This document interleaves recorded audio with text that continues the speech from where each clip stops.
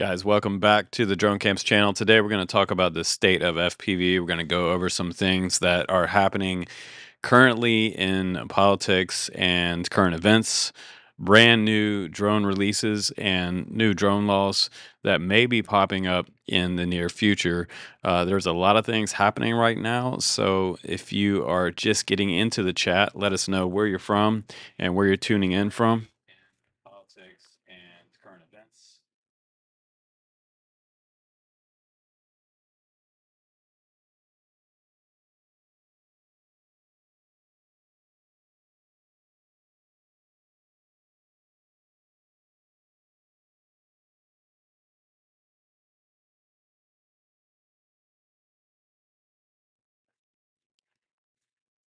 So overnight, pretty sad event happened in the DC area. There was a Black Hawk helicopter that was hit by a passenger plane coming in to make a landing. And let me pull up some live footage for that for you. Right now, emergency responders are still looking over the river. They have found bodies at this point, and there seems to be no survivors at this point. So welcome to the chat, guys. Welcome to the live stream today. Thanks for joining us. We're talking about the state of FPV today because there's a lot changing. There's a new administration in place in Washington, D.C. We have a whole bunch of events happening in the first part of January. This month has been crazy. So I am here to check in with you guys because in my belief, you guys are the state of FPV, and all of us together collectively make up that state. And hopefully, we can continue to fly in this hobby and it not be pretty much put out of existence by current laws and regulations that may be coming up. So there's a lot happening right now. They are also trying to pass through something coming up on March 4th. It is actually through the Department through the Department of Commerce, and what they're trying to do is they're trying to go through with that Chinese drone ban again. And if that happens, you would have to source American-made FPV products. That would be a big hit to the industry in general. Now, if that was to happen, there are three main big businesses in the United States. We've got Pyro Drone out of California, we have RDQ, and we have Get FPV, and every single one of those companies would be affected because probably 80% of their stock, if you go on there and you type in something like NDAA in their search for their catalog on their website, not a lot of stuff pops up. So right now we're really lacking in the United States, and just looking recently, I was looking for maybe an American-made ELRS radio, something like that. And currently, there is nothing outside of Chinese electronics, even for something open source like ELRS. All the internal boards for radios like Radio Master currently are made in China.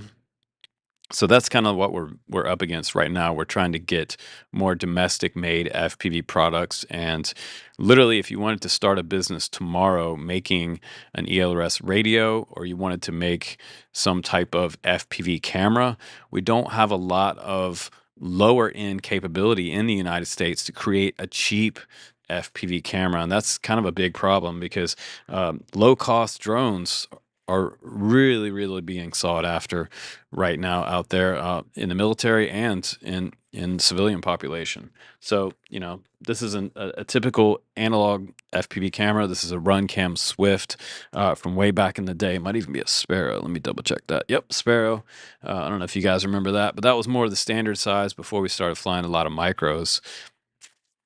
And I still have a bunch of those cameras on hand, but if they got banned tomorrow, that would mean that whatever I have left would be what I would have left, and I wouldn't be able to order anything else outside of maybe what's already in stock. But I'm sure that if that was to go through, then the stock from all those three companies that we mentioned earlier would dry up pretty much within a couple weeks. Um, and to come to find out if they would even be able to sell that. Hey, thanks a lot, Color123, for the super chat donation. I'm going to answer your question. Can analog be tracked? I've never flown it.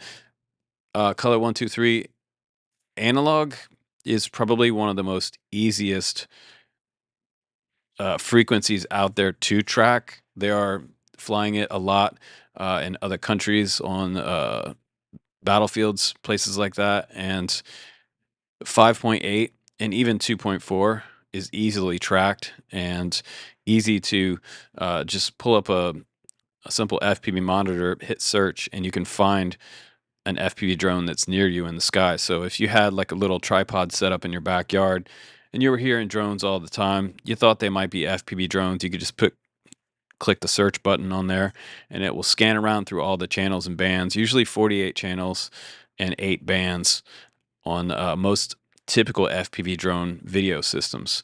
So it'll scan around, it'll find that channel, and you'll be able to see what that person's looking at as they're flying live, which is pretty cool. If you're just coming into the channel, please give us a thumbs up so this kind of comes up into the YouTube algorithm, because you know how drone stuff is suppressed right now. And then want to give you another live look at the Potomac River. This is some first responders that are out there right now on the river in the cold. Last night they were searching late last night and all last night. I got to give it up for all of our first responders out there. Give you guys a big thumbs up for helping everyone. They're always waiting on standby if we have any type of emergencies, and they're first in line to help everybody out. So that's really great. I want to say I hear you guys.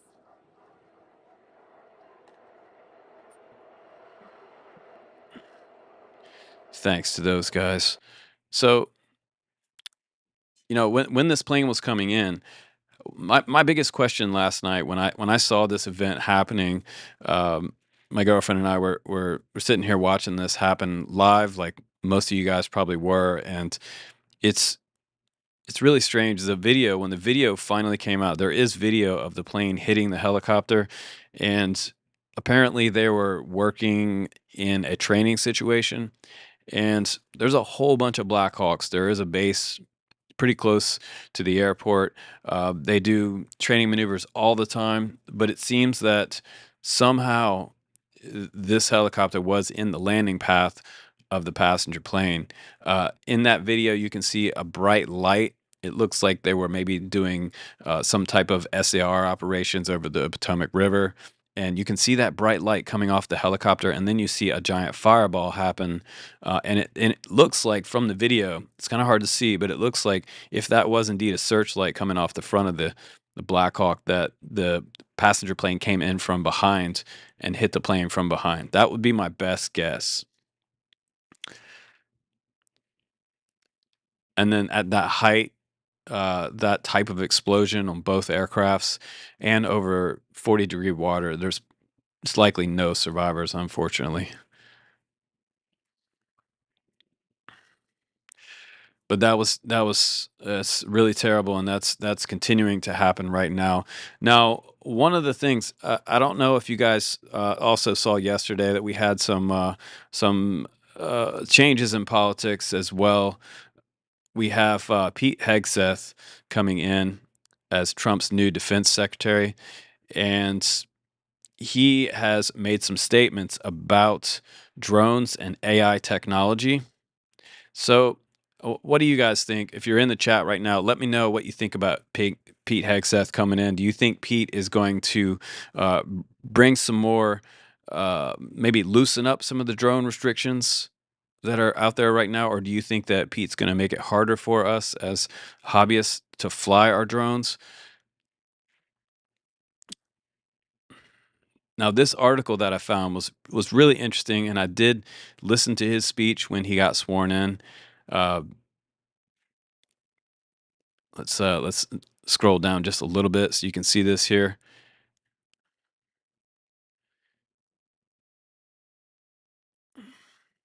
Saturday morning, he was sworn in. And a little ways down in this article, it does say that he would prioritize investments in AI, drones, and counter drone systems. So, in my eyes, that's good news for at least the military side of things. And if Pete comes in, he understands his technology and he understands the state of FPV, so to speak, and how important that is for national security. One of the things about national security is that um, outside military operations, it's important for people to be educated, in my opinion, be educated on uh, things that could lead you to an aviation type of career. I used to do youth aviation RC days at a local airport. Which was right next to where our flying field was. This was 15 years ago before we had a whole bunch of stuff happening with drones and the FAA and having to register everything. Most of the AMA fields are right next to airports, and some of those got closed down when all this stuff started happening with multi-rotors and drones. So that was really unfortunate for the RC airplane crowd, and we still have a lot of haters in the RC airplane crowd. So big apologies out there to just the guys who are flying line of sight, how much this has affected them. They have to have remote ID unless they're flying on FRIAs. And fortunate for a lot of AMA fields right now, these fields are FRIAs, and that just means that they can fly there safely within their boundaries, and they don't have to have a remote ID on their aircraft. If they leave that little field, then yes, they have to put a RID on that aircraft to be valid and registered with the FAA. And most of you guys already know all about that. If you have any questions, go ahead and put them in the chat. If you have any concerns about anything, you have any questions at all, please do go ahead and put it in the chat. Appreciate the super chat donation today. Any donations do help with the channel. Tom Ollie says, shall not comply. Well, that's totally up to you. Tom, I kind of equate some of this RID thing, and this was a big subject a couple weeks ago when all the mystery drones were happening. That RID was not, in fact, working as the FAA was hoping it would, because no one knew anything about what was going on with the drones. And one of our big things for Trump coming into office was that Trump did say that he was going to reveal the mystery drones. And when he came into office, we thought he said he was going to do it within the first couple days, the first 24 hours. He didn't say which 24 hours, but eventually they did give a statement. The first time that the press secretary came out and she was talking about it for the briefing, she did mention that Trump said that the drones were authorized by the FAA and that they were not the enemy. Now, what's frustrating about this is, and again, for our boys in blue out there, our boys and girls in blue, they're out there trying to figure out what was going on with these mystery drones. There was a whole bunch of manpower on the ground, police departments, and just about every county in New Jersey had their drone squad out. They were trying to do their own surveillance. Other people that owned drones were also flying. So, we coined something called a drone-apalooza, and that's kind of what was happening in New York and New Jersey. People wanted to know. People were curious. So they're like, hey, I got a DJI on my closet that I never fly. I'm going to put it up and see if I can see what these freaking weird school bus sized drones are. So then you had a combination of what the Trump administration calls research and development drones that they were flying that were authorized by the FAA. You had hobbyists flying, and you had police departments flying all at once. So 3 separate categories in the air at one time creates a very chaotic state of mystery drone sightings in New York and New Jersey. Every Karen with a phone was looking up and seeing all these drones at the same time.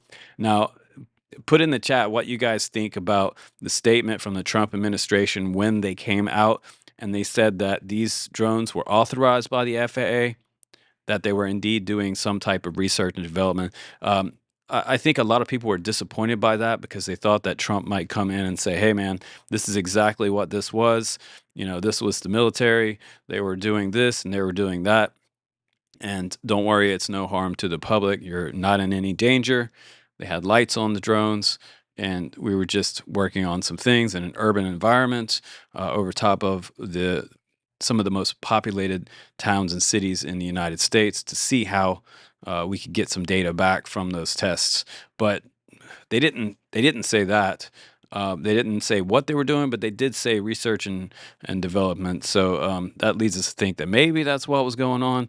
A lot of people said that that was pretty likely what actually happened there with the mystery drones. But again, like if it's something for the Department of Defense, something like that from the military bases, they're testing something out. They don't really have to say what it was. Um, and if they're forced to say something about what it was, I would be surprised because a lot of times, if something is classified, then it's classified. But a lot of people are disappointed with the Trump administration's response and what we finally had to wait for. Because hey, when all this first started happening, if you look back all the way to the beginning of the first conference that they had, uh, the FAA came out and they said, "We don't know what it is." The FBI came out and said, "We don't know what it is," all in the same day. And there were a lot of raised eyebrows. We had some guys walking out of the meeting that very first day. We had a couple. I believe it was somebody, one of the mayors, one of the New Jersey town mayors, walked out, made some statements afterwards, saying he was super disappointed because they're basically saying they didn't know what was going on, but he felt like that they did know what was going on.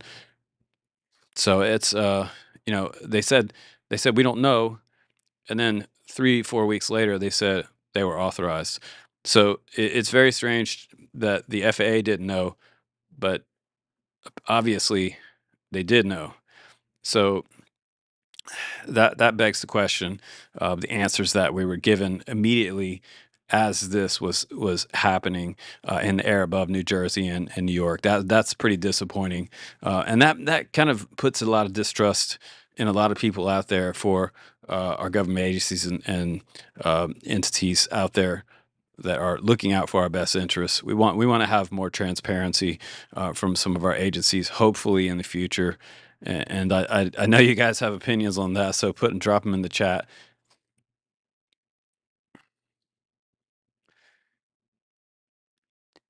And I don't know what the full scope of that situation was. I don't have any insider information on that. No one's told me anything. People have asked me a lot, "Hey man, what do you think's going on? What's your outlook on this situation in Jersey and New York?" And I just basically said the same thing a lot of people are saying, is that it's probably something to do with some experiments. Maybe they were trying to figure out, collect some data. Maybe they were testing new things, but I don't believe it was anything related to adversary uh, aircraft, or especially not an Iranian mothership. That's completely ridiculous. If there was an Iranian mothership off the coast of the East Coast, it wouldn't even make it within 50 miles of the border or 100 miles of the border before it was leveled. Parts smoke and fire in the water. However, they did let the balloon fly all the way across. But the story on that was that they were collecting data as it was flying through. So maybe they were doing some reconnaissance on folks that were doing reconnaissance on us. So I'm sure that happens back and forth all the time. Tom Ollie says it's called perception management. Yeah, there's a lot going on to um, all of this, and it's very speculative. I could have came out on my channel and put all kinds of conspiracy theories out there. I don't operate like that. I try to get the facts from the news, from a credible source, and not give you guys a bunch of conspiracy theory stuff. We can have our own ideas, but I don't fall down the conspiracy theory route myself. I'm looking for the basic facts and keep everything up on the table for you guys.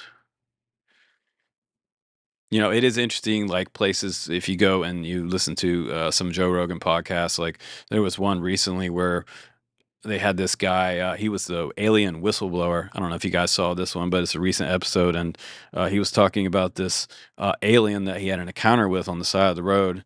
when he was in the military in 1994. It was really strange. They kind of described what this alien looked like: pale blue skin, was dressed in army fatigues that were completely clean and looked brand new.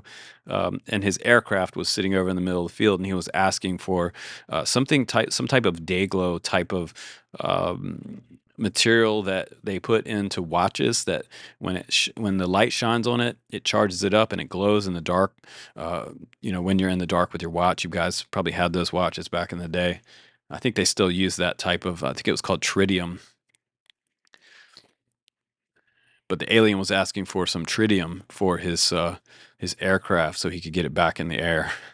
Now, I don't know if all of you guys saw this. We did have a big sale, actually. This pre-spring drone sale. I did update it, and I'm gonna drop this in the chat for you guys. See, I'm gonna drop the link to the Google spreadsheet for you. So there's a whole bunch of stuff up for sale right now. And this is stuff that I don't have on the website. So if you look through this list and there's something in here, there's a really good deal because chances are it's way cheaper than retail. And as a YouTuber, I've flown these. Uh, Let me put this in the chat. I've only flown them a couple times. This is a Google document for you guys.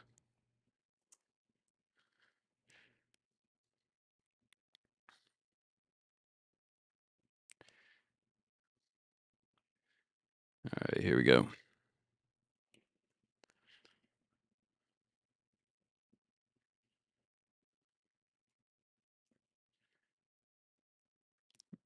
I'm gonna have to come over to.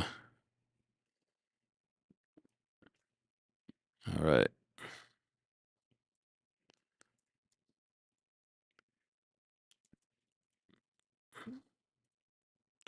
This is the pre-spring drone sale. And some of these will go on the website. There is free shipping on all this stuff too, so it's under the price of a retail bind and fly quad. I've flown them a handful of times. If there's any damage on it at all, like a broken whoop frame, a couple of the whoops I had recently, like the Nimble 6.5, I broke the frame on the front, but you can get a brand new frame for like $5. Order some frame parts and just build up. Take the parts off one and put it on another because literally there's no soldering on a lot of these new whoops, which is pretty awesome. But how are you guys doing out there? Are you guys flying? Are you going out and flying? Are you kind of cautious when you go out and fly now that all of this is up in the air and everybody's out there with a cell phone and probably like over paranoid about our hobby right now, which is kind of annoying. Makes me want to have my head on a swivel when I'm out flying too. But I have to tell you, if you live in a really densely populated area where there are a ton of Karens, number one, but also there may be some police on patrol in the area where you're flying. Just be ready for a friendly encounter.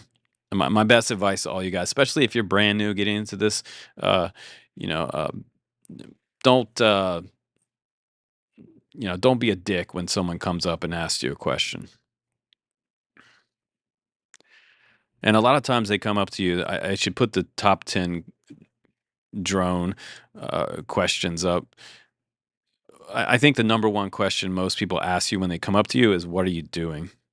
And for me, like that's kind of an invasion of my own privacy, and that really ticks me off the most. Is that number one question? People just want to know, "What are you doing?" Um, yeah, isn't that annoying? That's really annoying. Now, we do have breaking news that President Trump signed an executive order on aviation safety. So this may actually affect some of the stuff we're doing, um, and possibly a lot of, hopefully, it's going to clean up some of the manufacturing that's happening. Uh, See if we can listen in.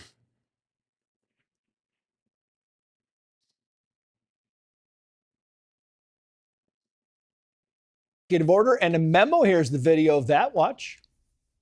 Good. I'd ask Will to explain the first, but really more importantly, explain the second, and we'll start signing. Go ahead, please. Yes, sir. Just 2 items for your signature today. The first is the formal commission appointing Chris Rochelot to be the Deputy Administrator of the Federal Aviation Administration. Right. And since the commissioner position is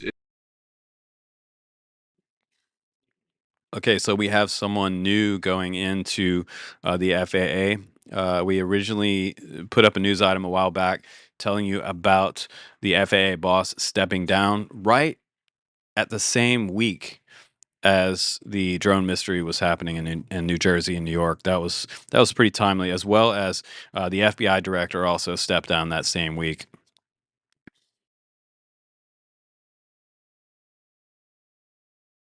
since the administrator position is currently vacant, he will act as the administrator since he's now been appointed deputy. And he's a very capable guy. Extremely experienced in aviation and highly regarded in the industry and in government.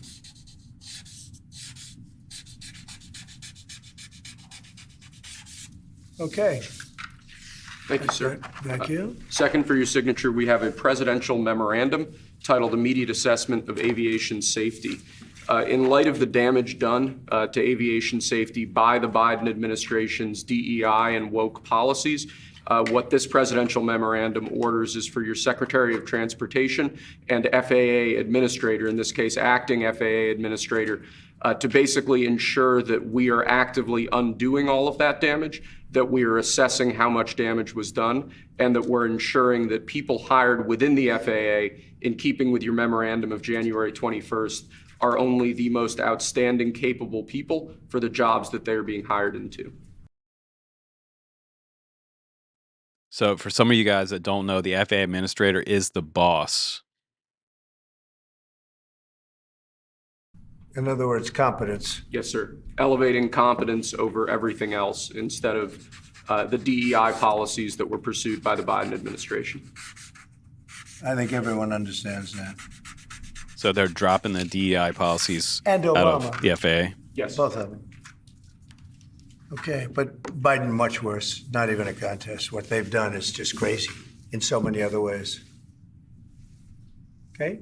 Mr. President, to be clear, are you saying race or gender played a role in this tragedy? It may have. I don't know. Incompetence might have played a role. We'll let you know that. But we want the most competent people. We don't care what race they are. We want the most competent people, especially in those positions. And you're talking about extremely complex things.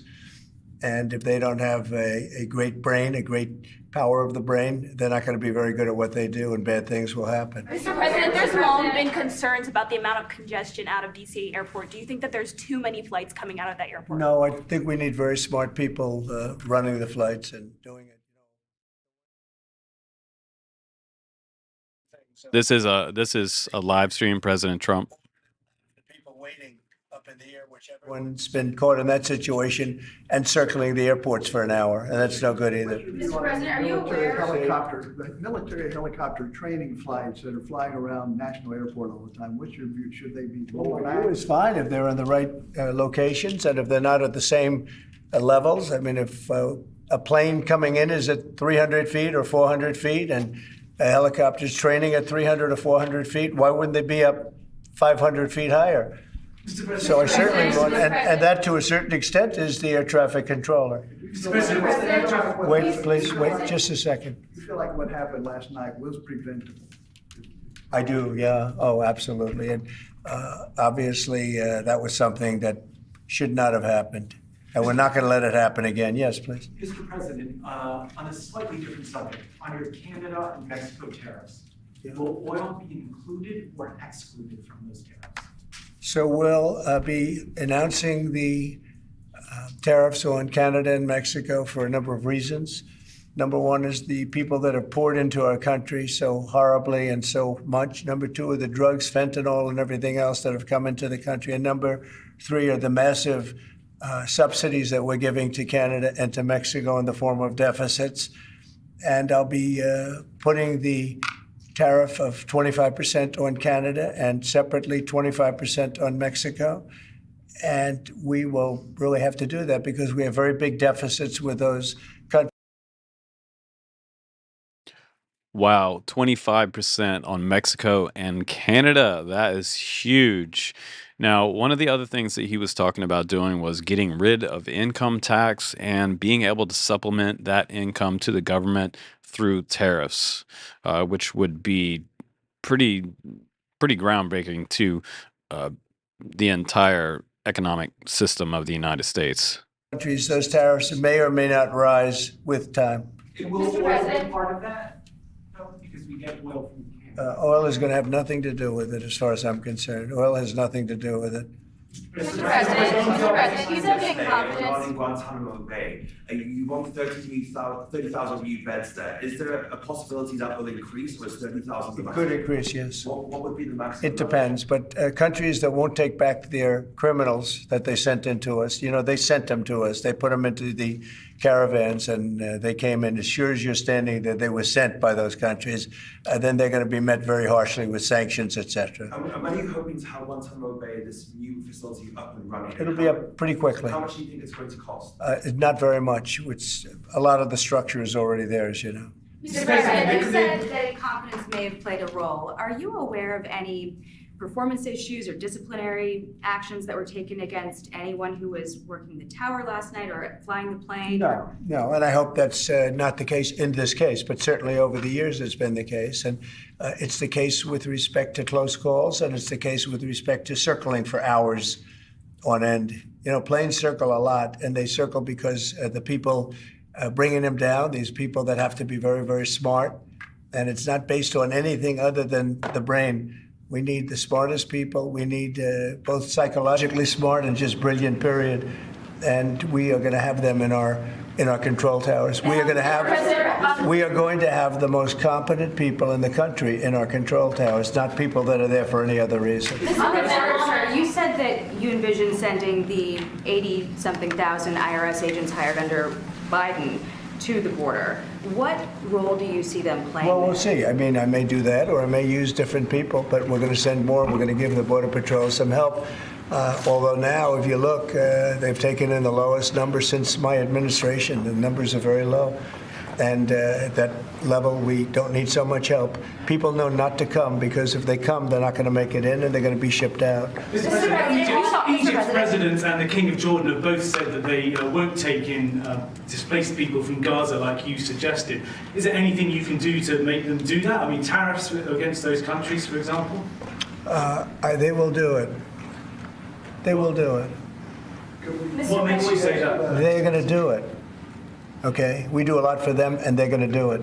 Mr. President, you've offered over 2 million federal workers the option to resign immediately. Right. There are 50,000 FAA employees. Does this tragedy give you reason to reconsider that option of resignations because of concerns about staffing issues on airline safety? If people aren't coming to work, if they're not going to come into the office and report as per the date that you know what it is, everybody knows what the date is, it's been very well documented, then they're going to be terminated.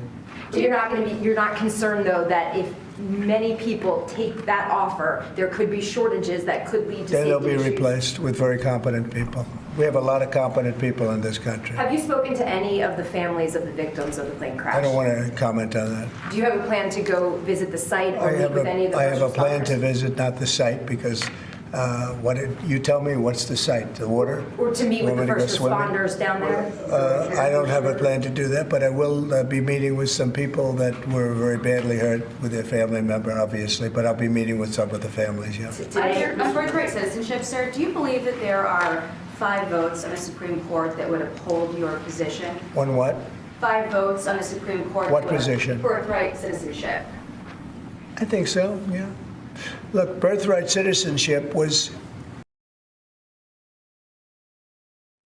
So yeah, I don't know who let these reporters in the room, but they're asking some really stupid questions. She just asked him about his birthright citizenship, but she failed to ask him about birthright citizenship. He's like, "What are you talking about?" And someone else chimed in the chats. Nathan said, did you really just ask if the person's flying the plane faced consequences? And I commented back, yeah, probably death more than anything else. I'm sure the NTSB is not going to go after a guy who's dead. If you look back when this was passed and made, that was meant for the children of slaves. This was not meant for the whole world to come in and pile into the United States of America, everybody coming in and totally unqualified people with perhaps unqualified children. This wasn't meant for that. This was meant, when it was originally done, for the children of slaves. And that was a very good and noble thing to do, and I'm in favor of that 100%. But it wasn't meant for the entire world to occupy the United States. So you don't see it requiring a constitutional amendment that would be... I just think that we'll end up winning that court in the Supreme Court. I think we're going to win that case, and I look forward to winning it. This has been going on. We're at that level. We're the only country in the world that does this. There's no other country at this level. There's no other country in the world that does it. It's crazy. Mr. President, if 64 people lost their lives last night, if you aren't confident that DEI had any role, why bring it up? Well, all I'm talking about is competence, and we want in that particular position, we have to have the most competent people in our country because we're talking about lives. Now, it may or may not have had to do, but I don't like the fact that the helicopter was at the exact same level as the airplane. The helicopter should have been 1,000 feet or 500 feet above it or something. So yeah, exactly what he just said right there. I agree with that. The helicopter obviously should not have been at the same level as a landing airplane off the end of a runway. Um, that may offend some people in the military, but honestly, it shouldn't have been where it was because the pilot of the plane could see the runway as they were approaching to land. They were that close to the runway, which is kind of a crazy thing. Now, if you would like to see what we're currently working on, I do have some pretty cool new stuff that's coming up on the channel. And let me go ahead and give you a little sneak peek into something brand new from Adam RC. Let me go ahead and move that camera up, down a little bit here.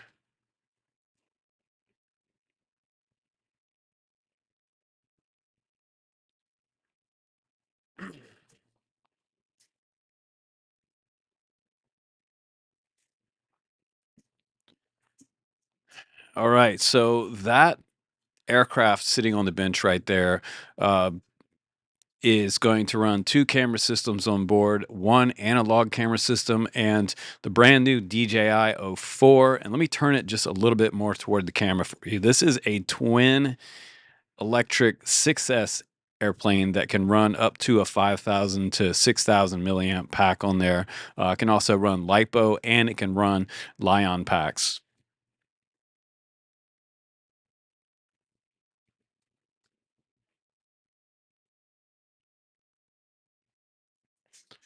So, and right now I have it set up for the analog camera is going to go up on the front nose cap. It snaps on with magnets up front. It's breakaway, which is kind of nice for those rough landings. Now, what's cool about this one? This one's called the Atom Beluga, the Atom RC Beluga, and it is a 7-inch tri-blade prop that goes on here. I can't remember the. Maybe I can pull up the specs online and show you the motor size. The ESC on there is a 55 amp capable of 6S, which is also pretty stinking awesome for any type of FPV plane because it gives you 6S. We've talked about this a little bit before in the past, 4S versus 6S, and we get a little bit longer flight time because we can use a little bit lower kV motor, drawing less amps out of our packs. So some people prefer to fly 6S on the higher end of the voltage of things. I do have quite a few Lion packs that are in the 10,000 milliamp range, and some of those packs are almost the same weight as some of my larger 6S 5,000 packs, which is kind of wild. And maybe I'm sure they're a little bit heavier, but that might be a little bit too much for this plane. But I really want to see, because the belly of this plane, has a huge spot for the battery in there. And it's been a while since we had some Atom RC on the channel. Now, Atom RC, if you don't know about this company, I think that Atom RC is actually Sky Zone. So if we're talking about quality here, it's about Sky Zone quality. And for a long time, I've had a big preference for Sky Zone stuff on the channel. A lot of times I run my Sky Zone 04X. I have a pair of 030s that I've had for 8 years that still work. They're 16:9 goggles, and that's kind of what I prefer when I fly any type of LR quads or FPV airplanes.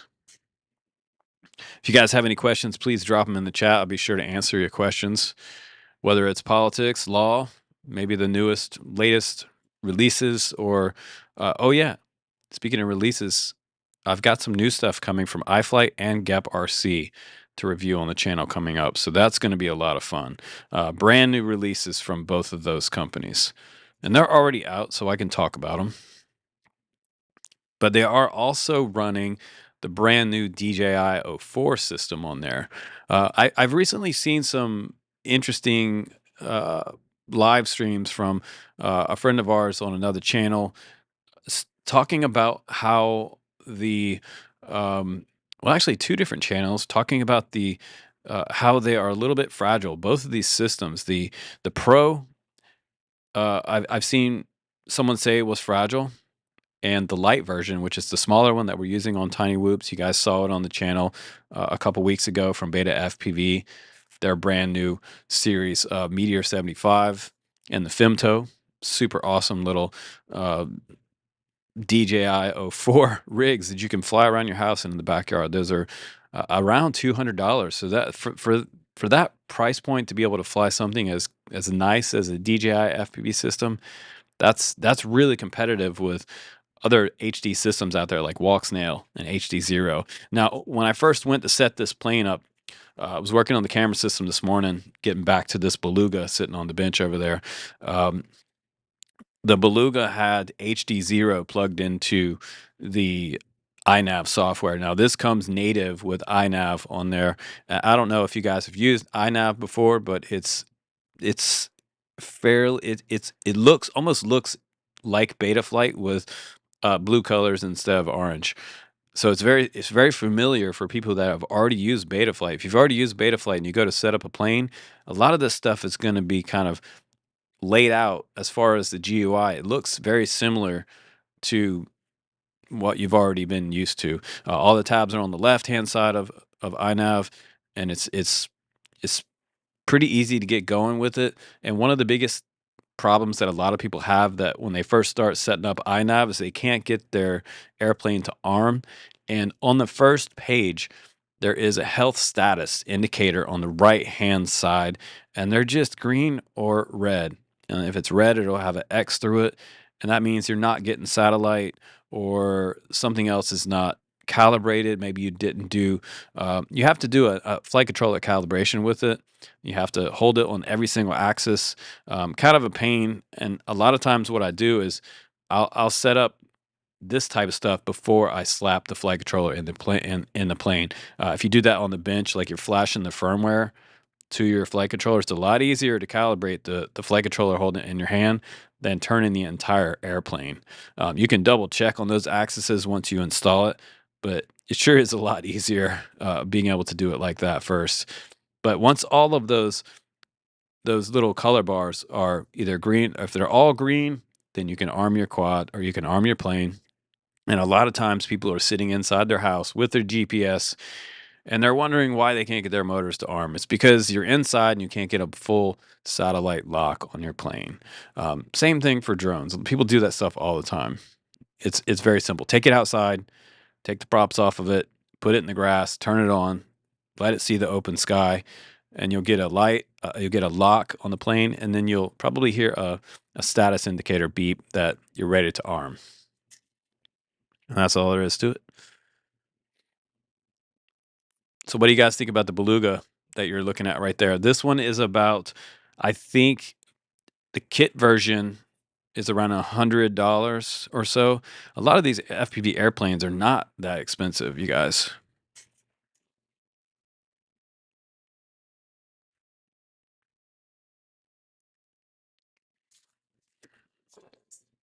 So and I kind of like the way that this one looks. It was bigger out of the box. I got the box last week and I put it to the side for 2 or 3 days, and then recently I just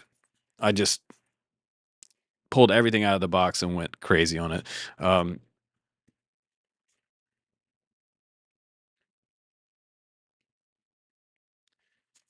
and one of my favorite things on the channel is building FPV airplanes. It's a lot of fun. And FPV planes are a lot different than multi-rotor because honestly, the the the biggest challenge of an FPV airplane is the fact that you get one shot. Usually you get one toss. I mean, you can take it home and repair it if you snap the wing off and tear up some wires. You can go back, reattach the wing, maybe rebuild the front and the fuselage. Sometimes they accordion, they get crumpled up. That's that's kind of a big bummer to see an airplane. Recently, I was testing an RC jet, and my jet did a barrel roll straight into the ground. It was one of the FMS jets, and it just crunched up the nose. The battery was a 6S 5000 pack, and that 5000 pack just ran straight through the front of the nose cone of the jet and just destroyed the front of the airplane. So that's the biggest difference between these and multi-rotors is that these are a lot more fragile, but they are repairable. It might not look like it did when you first bought it, which it probably won't ever again, but um, sometimes if you take things back to the bench and you just set it there, come back to it 3 or 4 days later and try to repair it, then it's a lot easier after you you have the initial shock of the crash and all your hard work. It really sucks when you're spending like 5, 6, 7, 8 hours on something, and then you take it out for the first time and it crashes, and you destroy the front end of your plane pretty badly. Sometimes you take home a dirty mess, a broken mess. James Baraka, welcome to the channel, bro. James says, I wish I had cameras on my gas-powered RC planes in the 90s. The technology was not there. James, in the early 2000s, when digital cameras first came around, some of my first FPV videos, I believe they're still out there somewhere on one of the platforms before YouTube. I can't remember what was the name of that video platform. I want to say Venmo. It started Vimeo. Cape Hatteras over the air was some of my first videos. Some pretty cool stuff, flying over the beach and up and down the beach. And back then, it wasn't illegal to fly over federal parks before they did the blanket ban. When drones first got popular, first thing that happened was they did a blanket ban on all the federal park stuff, which really sucks. And that still exists to this day. Maybe Trump could lift that, give power back to the people. When all of this first started, you guys, to be honest with you, I had the ambition to become like the I mean, and we're talking the early days. Not a lot of people were doing aerial, uh, multi-rotor filming. It was only really people in Hollywood that were fitting single rotor aircraft. Out in California, they had these $15,000-$20,000 rigs, and they were single rotor. They were stabilized. I mean, it was crazy. I built mine with gutter pipe and some wiring from Home Depot, my first one, and I slapped a Sony CyberShot on there on my single rotor aircraft. And that was some of the first flights I did on that Cape Hatteras in the air flights. If you ever want to look on Vimeo. But from there, multi-rotors came around. DJI started building these flame wheel kits, and it's been pretty crazy since then. So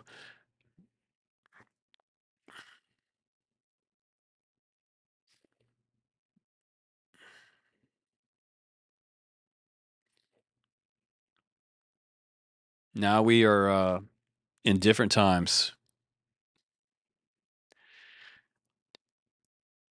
Michael says, I still have my DJI Light Bridge 2 kit new in the box that I didn't have time to connect. I used to build light bridge systems for people when we had a drone camp store. I did have a drone camp store back in 2014 to 2016 on the East Coast. We were one of the first drone stores in the United States. So we had a whole bunch of different clients from state, federal, and local, and a lot of consumer clients. But Lightbridge was what I recommended to clients, and it was kind of hilarious because I built up a system for a client out in California. It was an octocopter. He put about 15 grand into it, and he put so much money into it. And I told him, I said, you need to upgrade this kit to Lightbridge. It's going to cost you another $1,500 or $1,200 at the time for Lightbridge. It was very expensive, but it was the best FPV system out there on the planet at the time, and it was superior to analog video. And a lot of people at the time were expecting these types of videos as like analog to look as good as something like a DJI Phantom feed, which it's not going to look as good as something like OcuSync. It's just completely different. Analog, I told the customer when we were building it up, it's kind of like, you built a wedding dress for somebody and then they want to return it after they use it. This company went out, they did their shoot. They were unsatisfied with the monitor mounted on a tripod. I told them the whole situation, what it was going to look like before they bought it. And they wanted to return a $15,000 used custom built octocopter system. And from my company's standpoint, we said, no way. You can't buy a multi-rotor that someone custom builds for you, use it for your job, and then return it for the money after you got the video that you were looking for. That's pretty sketchy. But there's a lot of situations like that. A lot of people have the fantasy they'd like to start up a drone store, or they might like to do custom builds for people or things like that. And these are some of the things that we had to deal with. And sometimes people would order a DJI Phantom, or back in the day, there was the unique, was it the Chroma and the Q500s? And sometimes I think I sent out a Q500 to someone once, and they said they didn't get it, and they said it never arrived. But FedEx actually said, yeah, they signed for it. So we had to send the police over there to retrieve our package. And when the cops knocked on the door, the guy was kindly enough to give them back the box. So we had to pay for some return shipping on that, but we got the item back. And then there's chargebacks, and there's all kinds of stuff. Reasons why I wouldn't run a drone store nowadays. It's ridiculous.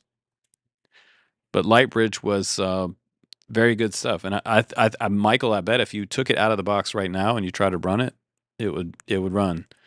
I don't know how much firmware support you still have for that. You might have the latest firmware update on Lightbridge to be like something like 2020 or something, or 2019 would be my guess, if they still support it at all.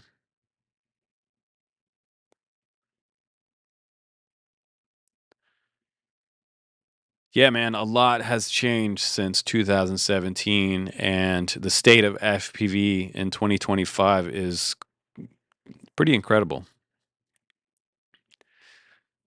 And it seems to me darker now than it was, say, 5 years ago, even in 2020. I can't believe it's been 5 years since 2020, you guys. Time is flying. Think about that for a second. 5 years since 2020. DJI has about a 3-year window for product support.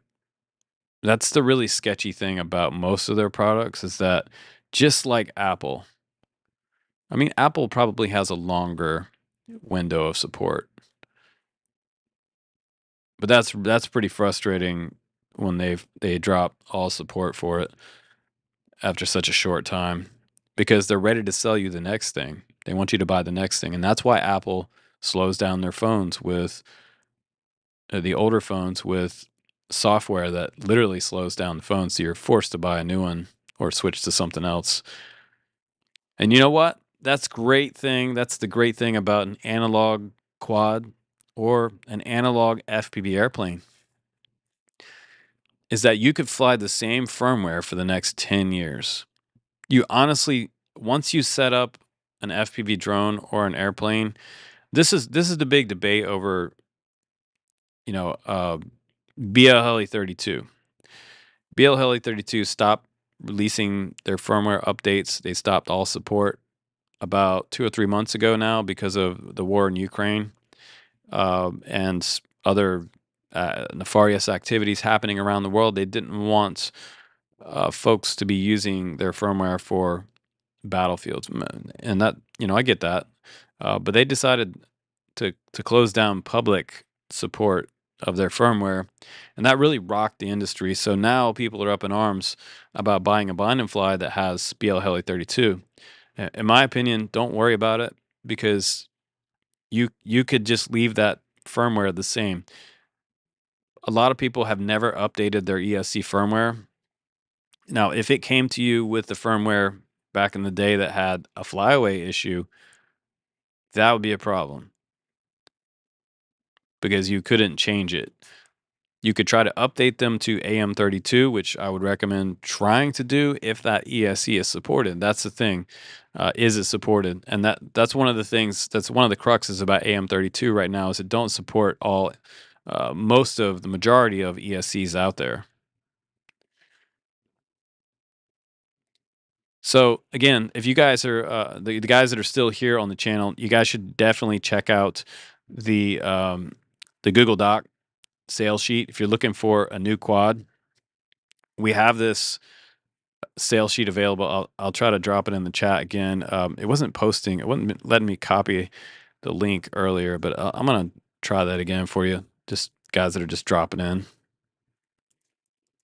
So these are ones that I have flown. Oh, it's not going to let me do it from my software. I don't know what's up with that. But I put it earlier in the chat, so if you scroll up, you'll be able to find that link, and you can see this document, which has quite a few things on here. FPV drones.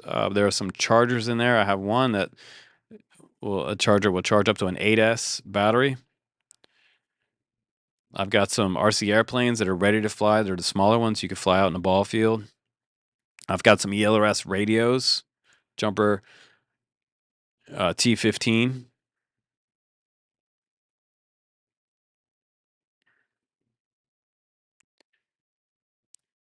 We've got some of the Yuzhang helis that we've reviewed recently on the channel. I've got a couple of Avata ones, drone only.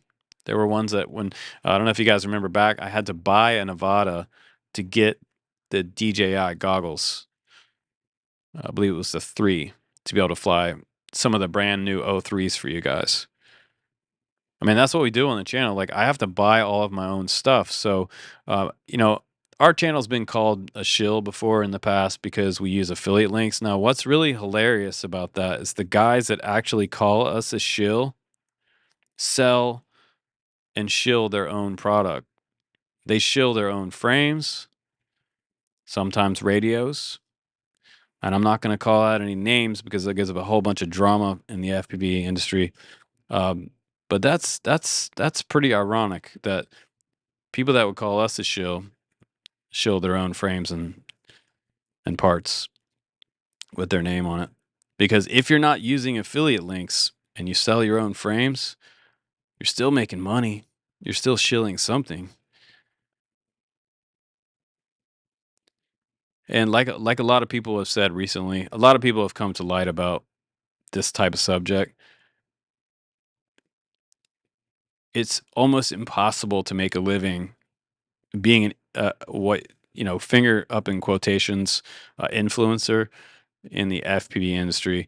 It's kind of like wanting to be a pro RC racing guy back in the early 2000s. I remember friends of mine trying to be a pro at anything, a pro surfer, pro skateboarder. It takes a lot of hard work and dedication to become full-time at anything. So if you put the time in, we're 11 years into this now.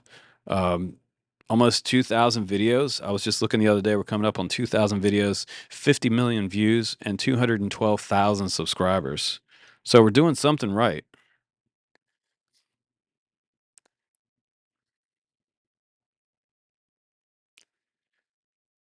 Dingleberry says in the chat, why would they tell you exactly what the drones are doing? I swear only Americans require a government to share their secrets with the world and their enemies. Yeah, Dingleberry, that's exactly what they're not going to do. So a lot of times with the news, and I was thinking about this a couple days ago with the news. It's really interesting. You know, getting back to the Trump thing with the mystery drones and people being disappointed with what the Trump administration told everybody this drone thing was. My first thought when they came out with that answer was that this was kind of like it was kind of like information given to like an elementary school class. Like when something happens, a big disaster happens. How do you tell a bunch of children something? You give it to them in a very basic format so that it doesn't damage their well-being, right? Um, or get them completely off track for the day or maybe the rest of their life. So you have to be very gentle with children and the way you tell them things. And that's exactly the same thing with the public. The government telling the public information about things. They're very careful in the way that they give people information because they don't want to damage the the current state of well-being. That's the best way I could explain that.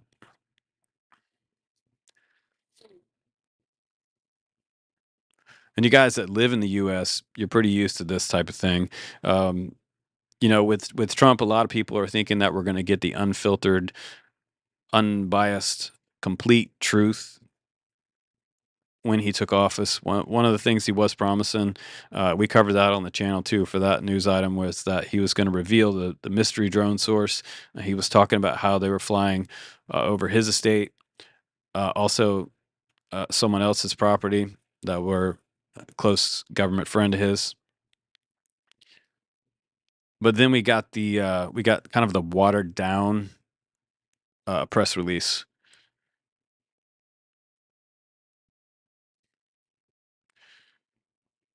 And so maybe we're a big group of children that they're trying not to tell too much to. They're trying not to damage our state of well-being or traumatize us any further than the things that we are seeing in the news. And I'm one of those people. I cover the news. I watch the news every day. I probably shouldn't. About 15 years ago, I just stopped watching all of the news channels for, I think, for 2-3 years. You have to try that yourself and see how that affects you. How you doing, Johnny DRC? Welcome to the channel. Good to see you, my friend.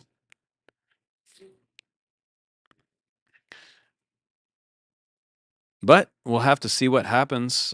Pete Hegseth, again, like we covered this earlier, he's Trump's new defense secretary, and he gave us a message vowing to rapidly field emerging tech. And when we talk about emerging tech, we're talking about AI and drones.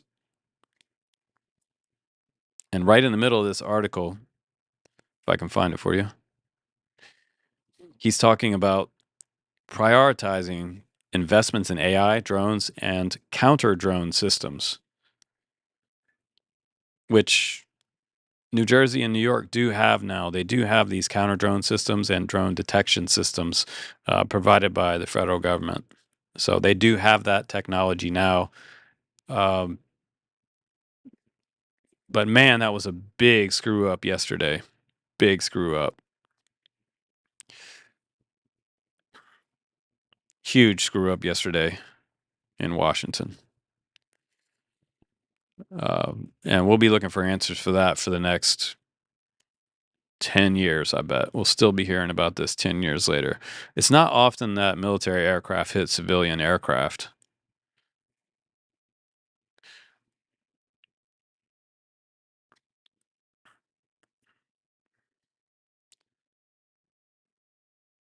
Trailblazer says false flag. Hard to know, you guys. A lot of questions as always. But you should question.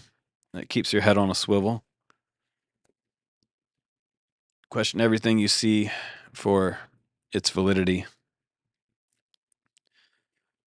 But I'm glad that I could show you our build. I don't know how excited you guys are about fixed wing FPV, but it's probably one of my favorite things. If I went out and I was going to do some flying for fun for myself, I would choose fixed wing FPV. It's my favorite. And I have to tell you, a twin engine fixed wing FPV plane is a lot of fun. It has a lot of power. It's like a tractor. It really pulls out of your hand when you go to hand launch these things. Now, what's really neat about this one is that this one has something special about it that other ones that you've probably seen on the channel from Adam RC and Zod, Zio HD. This one has retracts. It can come with retracts or without them. So you don't have to pay for them if you don't want them, but you can add them onto your kit if you want to.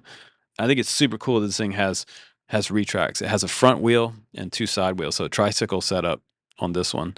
And I mean, honestly, I probably won't put them on there. Even though I think it's super cool, it's adding weight to this plane. And if I want the longest flight time, the first thing you need to do with a fixed wing aircraft is lighten it up. Most of the weight on my plane I want to be my battery.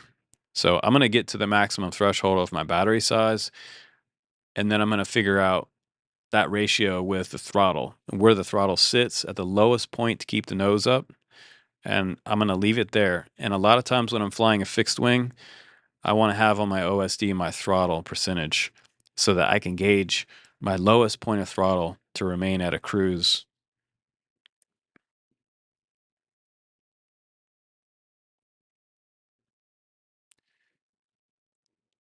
But fixed wing FPV is definitely an art form and a lot of fun. Again, if you're just joining us and you're wondering about this plane, it does have iNav on here. It has an inverted belly mounted flight controller. It is a version 1.1 from Adam RC. It's a plug and play flight controller, which is kind of cool. It comes with a whole bunch of cables. It comes with a DJI HD input, and it also comes with analog, so you can have camera switching. Yeah, Johnny D, you need a big open space, like big farmer's field type place to fly FPV fixed wing, or a big AMA field where they fly airplanes. I've flown FPV planes at AMA fields. They don't frown too much on FPV fixed wing, since you are kind of a part of the airplane community. You just slap the camera on there and a flight controller. Some see that as a bastardization of a fixed wing aircraft, but I think it looks pretty cool. And I do have redundant cameras on this aircraft. I have analog up front on the lower half of that airplane, and up top is where the DJI 04 is. Now, whether I can get the OSD working on that 04 is a big question because it's not currently supported. And people are having some issues with 04 getting the OSD to work on 04 in iNav. A lot of acronyms, Jesus.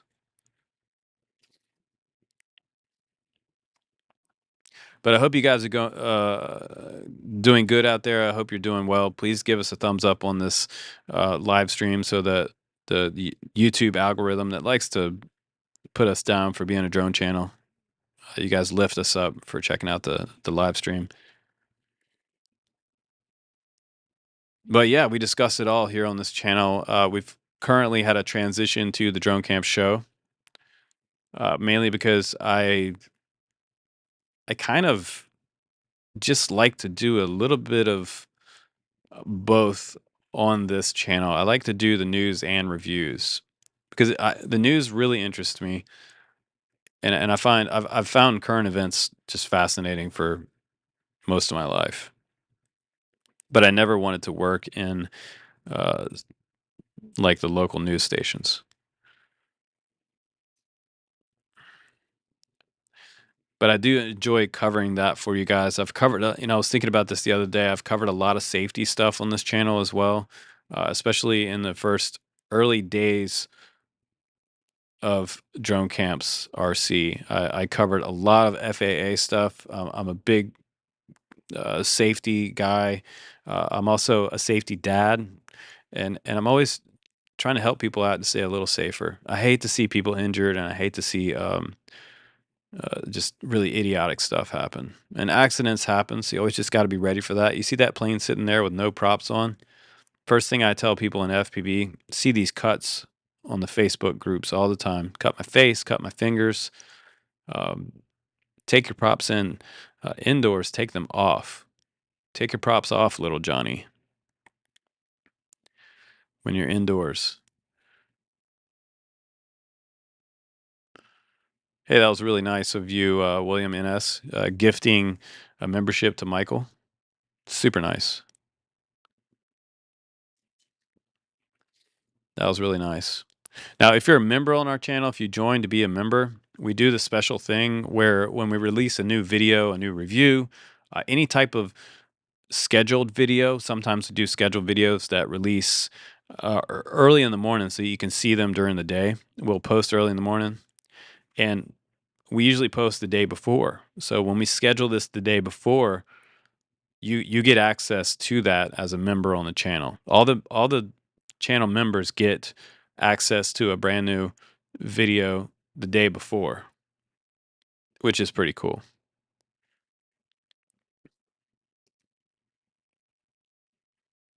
I recommend that. I also recommend checking out the pre-spring drone sale. I haven't put a lot of this stuff up on the website yet, but and I think as this list gets updated, we're going to delete things off this list. Let me go to that list one more time for you here on the screen. This is the pre-drone sale or pre-spring sale. And there's some pretty good stuff on here. There's some ready-to-fly Whoop kits on there. So if you're brand new, I mean, there's an Emax one, there's an HJLRC one. I've got my iFlight Nazgul Eco up there with the DJI 03 and a TBS Nano receiver on there. Sub 250 Nimble 65. I've got Eachine E190 ready-to-fly Huey helicopter, really badass military scale heli. I've got the Gep RC Vapor X5 5-inch on there with DJI 03. It's a bind and fly. I believe it has ELRS on it. Could be wrong. Could be TBS. One of the two. But that's a really good price on a Vapor 5-inch. $340, free shipping, and it's in perfect condition. That's awesome. Someone should snap that up. Same thing with the iFlight Nazgul Eco with an 03 on there. And I may put up something. I was going to put up something like the Meteor 75 with the DJI Lite on there, but I only have one of those right now currently, unfortunately. Speaking of the DJI Lite. And I have some ready-to-fly RC airplanes on there. I have an Orca 5-inch analog with a Ghost receiver. I have the Yuzhang Apache ready-to-fly helis. I have one with GPS and one without GPS. The GPS one's cool because it does return home. And the Caddx Go Film 20, which was one of my favorite non-DJI drones, and a couple of Vata ones. Oh, and I'll probably actually do a bundle for both of those. One of them has the upgrade for the upgraded motors. So I made that one $100 cheaper because it was actually giving me some ESC error after I did that upgrade. So I just kind of bailed on that whole upgrade idea. There's a brand new Avata 2 frame upgrade kit. You can get a carbon frame for your Avata 1. I don't recommend doing that, honestly, because when I did it, I don't know what happened to the Avata 1, but it's maybe I can update the firmware and it'll fix that. Yeah, the Potensic Atom 3 on there as well, ready to fly 4K drone. That's a foldable sub 250 drone that people really, really liked. And I also have a super nice radio from Free Sky, which is that X14 right here. Dual twin, so that's running twin 2.4 gigahertz. It's Free Sky's version of a Gemini radio, but it's not switchable between 915 and 2.4. It's 2.4 dedicated, but $150 on that radio is a good price.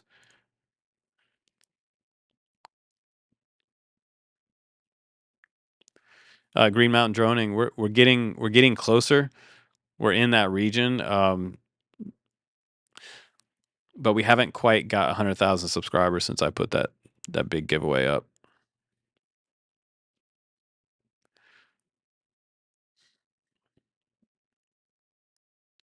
Johnny D was looking for a newbie drone 75 millimeter whoop.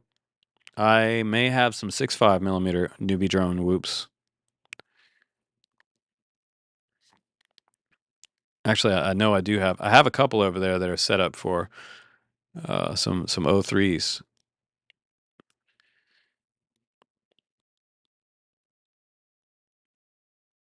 But yeah, our hearts go out to everybody that is dealing with the situation with the crash in DC. That was really that was really terrible.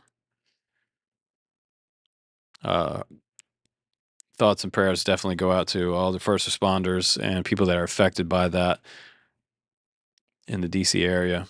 It's a real tragedy. I can't imagine it. My children were flying home yesterday as well, and for any parent, family member, friends, it's really heartbreaking. It was one of those flights that a lot of people knew people on. They were saying, and it was an ice skating championship. Uh, uh, I'm sure it was young ladies on that plane. It's just unbelievable. But stay tuned on the channel, guys. I do have some pretty awesome stuff coming up. I look forward to flying the Atom RC Beluga. I'm gonna fly it with a camera redundancy on there. So if you're looking for a cool video of a Beluga with HD and analog on there, I'm gonna show you both in my flight review.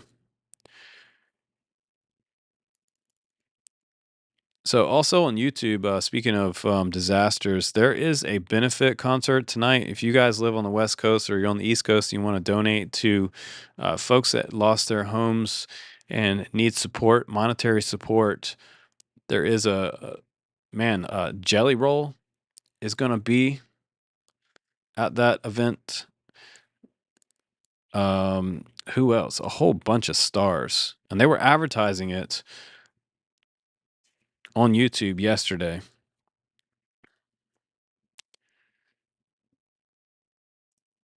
It's going to be a live concert on YouTube today. You guys should definitely check that out. Just try to find it for you guys. But Dave Matthews, gosh, a whole bunch of people. So definitely check that out tonight. That's going to be a benefit fundraiser for victims of the fire in the LA area. Just a whole bunch of stuff going on right now. So that is the state of FPV for today and this week. And as things change, things happen in the news, I'll be the first person to let you know. And I appreciate all you guys hanging out on the channel. It's been a lot of fun. So I always love doing these live streams and reconnecting with everybody. And if you see something on that list, if you check out that Google document or you have a request for something that you need, let me know. Go on the website, dronecamps.com. Send me an email, and I'll try to help you out. We also do tech support sometimes from that email for folks that need a little bit of help.